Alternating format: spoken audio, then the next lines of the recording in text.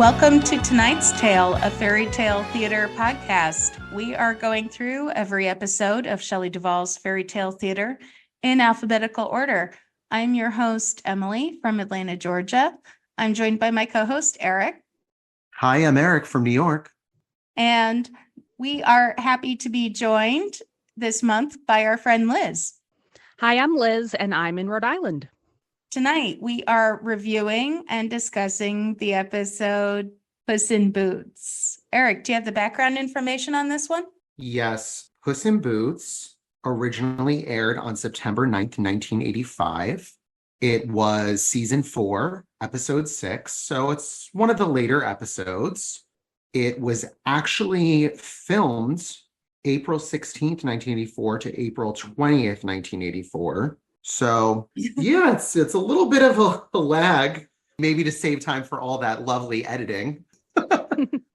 Maybe it took that long to get Ben Vereen into the cat costume. And the lion. I love that. and the scene with the lion. It was directed by Robert. An elephant, okay? And an elephant. I mean, they had some time. They had to get some time. A beautiful Shelley elephant. had to call the circuses. Robert Iskov was the director. Jules Pfeiffer was in charge for the teleplay. And I think this music is just very, very interesting, this episode. The music producer was Rob Muir, and it was mixed by Chet Himes. It was very interesting. It was one of the more memorable scores. I noticed that right away. Yeah, it was very subdued in the beginning for a tale about a talking cat. Well said, Liz. Right off the bat, what do we remember before we do our rewatch? What springs to mind when you think of this episode, Liz? Well, Broadway veteran Ben Vereen, for sure. And it being, I think, the first and only all-black cast of the show. They decided to make up for 3 seasons of a lack of diversity with Puss in Boots. So I guess good for them, finally. But I actually don't think that I saw this when I was little. When I rewatched it for this episode, nothing was coming back to me that felt familiar or anything. So this might have been a first watch for me. Wow. That's surprising. This is one I definitely grew up with. Eric, what did you remember before doing the rewatch? Well, this is one I definitely, like you, Emily, I watched a lot growing up. Seemed to be I did enjoy watching Puss in Boots, because this one and also the Canon Movie Tales Puss in Boots I watched very, very often. Yeah, Christopher Walken, love that one too. Yeah, so this one, it did stand out for me. It definitely was one of those that was very different, and it did stand out when I was younger. I was, I could see the big difference in this episode compared to the others. And yes, it was the all-black cast that was glaringly different, and that's something that was done a lot in the 70s and 80s. Whereas now we just do racially diverse casts, and that's how we move on, which is something that's more sensitive these days. We hope to see. Yeah. True to life, honestly. But I'm grateful for it because we had a beautiful showcase of amazing stage and screen actors. And we had, the late Gregory Hines, who was fantastic. I mean, I miss him a lot. I loved him on Will and Grace. I was completely shook to see him with no mustache. I was like, what? Anyway. I mean, but in Ben Vereen and Alfre Woodard, and it's just such a great cast. And it's really funny, actually, that the director of this episode, Robert Iskov, he's very famous, especially in the 90s. He was very well known for being the director of the Rodgers and Hammerstein Cinderella in 1997 with Brandy and Whitney Houston. Oh, wow. Yeah. Hello. Yeah. I had no idea that was him. So, here we are. Their screenwriter was also kind of a big deal at that point. I don't know if his last name is Pfeiffer or Pfeffer, but Jules Pfeffer was a playwright, and he's also a well-established children's book author. So they brought in the goods for the writing too.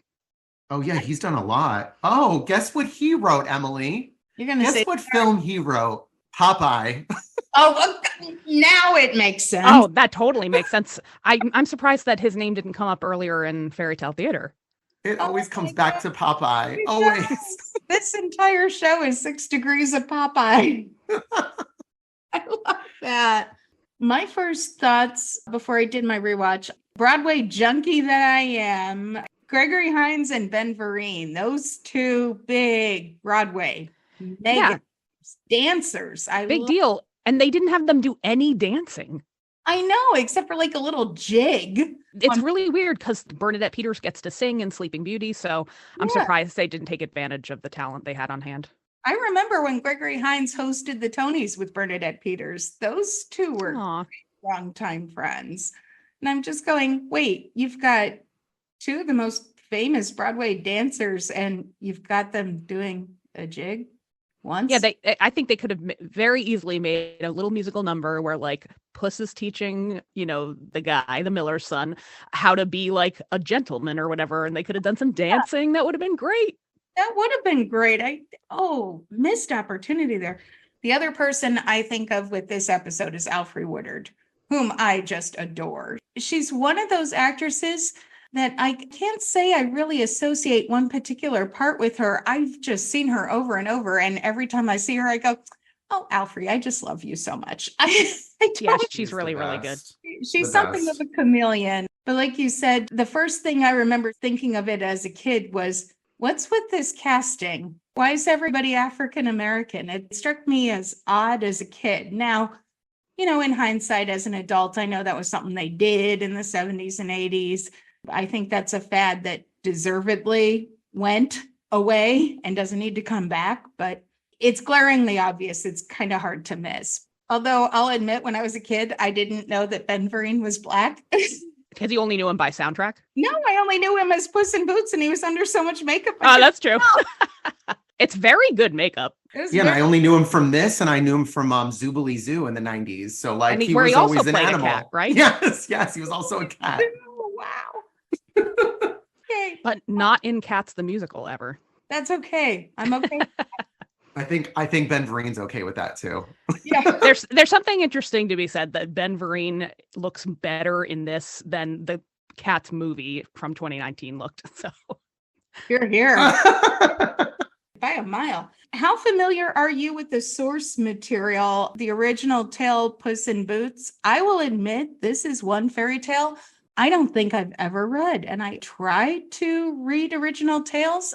This one slipped through the cracks, I'm embarrassed to say. Eric? Yeah, I'm in the same boat as you. This isn't one that I'm super familiar with at all. Liz? I have read it, and I've read some other versions of it, and the script for Fairy Tale Theater is very faithful to the French version that they based it on.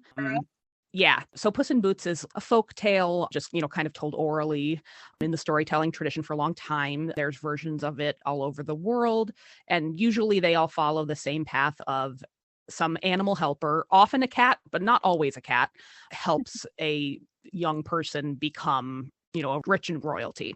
And usually there's the ogre scene, but I think in India they have a version. Oh no, it's in the Philippines. They have a version with a monkey, and that's the only other animal I can think of. But the Charles Perrault version is significant because that's the only version I've read where the cat asks for clothes, and so this kind of Puss in Boots moniker was developed by him. That makes sense. I do know that the climax version where they talk the magician into becoming a smaller animal, I know that goes back to the Nibelungenlied in German folklore, where he tricks the dragon into becoming either a toad or a mouse. It's the exact same thing. I think that part goes back. I know it goes back to Italian literature. I know it goes back to German.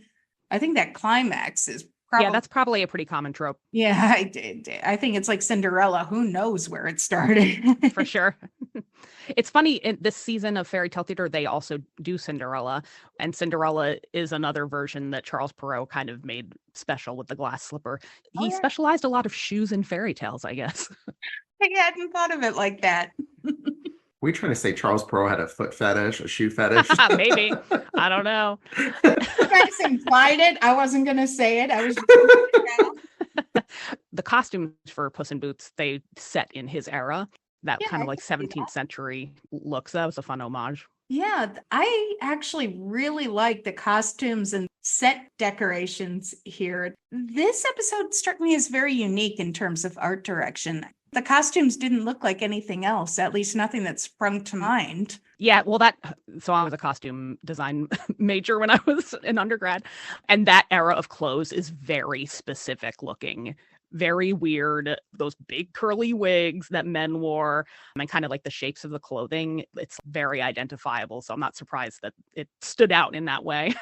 That's interesting. I mean, the closest I could think of would maybe be Beauty and the Beast, which was another Charles Perrault adaptation, which would make sense. Yeah, so this is set a little earlier than that, like the 1600s.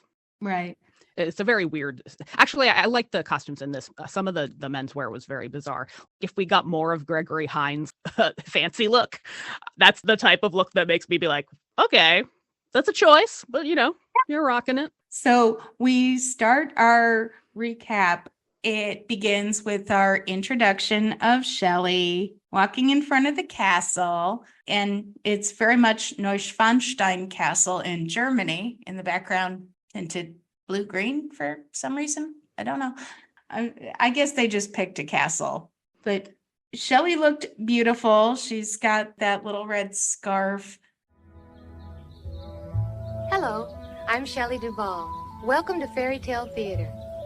Tonight's tale is a story of rags to riches, of a cat in breeches and boots, Puss in Boots, a story of bravery and ingenuity, inspired by the end of a broom. I have a question. Now, Liz, maybe you can help me. She says, this tale was inspired by the end of a broom.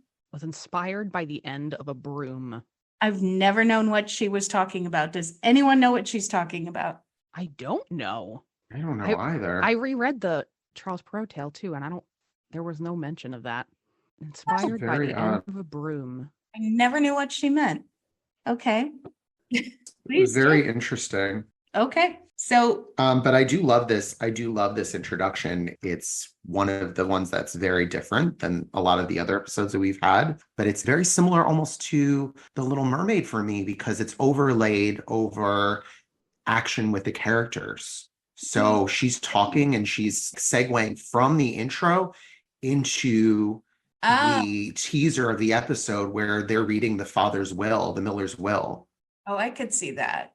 So it's very interesting. It's one of the few, besides The Little Mermaid, I don't think there's any others that she oversteps her introduction. She goes into the episode and then she also becomes our narrator, which actually works really well.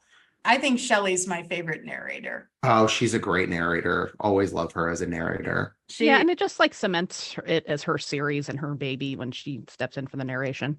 It does, but also she's just a gifted narrator. She's got a very sing-songy voice, and yeah, very soothing voice. She does. Absolutely. Yeah. But our opening scene, this is kind of unique. It opens in a funeral. I can't think of any other episodes that start that dark. Even Boy Who Left Home didn't start that dark. The fairy tale does open with this bequeathal of the goods from the father. I think them setting it at the funeral, their artistic choice. But yeah, it just kind of opened being like, once there was a miller who died and he gave these things away to his kids. Boredom, wasn't it? It was like overwork and boredom is what killed him. Can't blame him. Some days I think I could die of overwork and boredom myself. So you and me both, Liz. You and me both. But this is our introduction. We meet the three sons. And to my eldest son, Edwin, I bequeath my mill. Oh, the mill. To my second son, Edward, I bequeath my mule. The mule. And to my younger son, Edgar, I bequeath my cat. The cat? One gets the mill, one gets the mule, and Edgar, or Gregory Hines, gets the cat. I don't blame him for being disappointed in his entire inheritance being a cat, and I'm a cat person. Yeah, That's kind of a letdown, and I will say that with my cat looking right at me. Yeah, it's hard to tell in the fairy tale if that's how the guy doled it out, or if the miller was like, figure it out, and the older brothers were like, oh well, I'm taking this good thing, and I'll take this good thing, and you're stuck with whatever's left over, kid.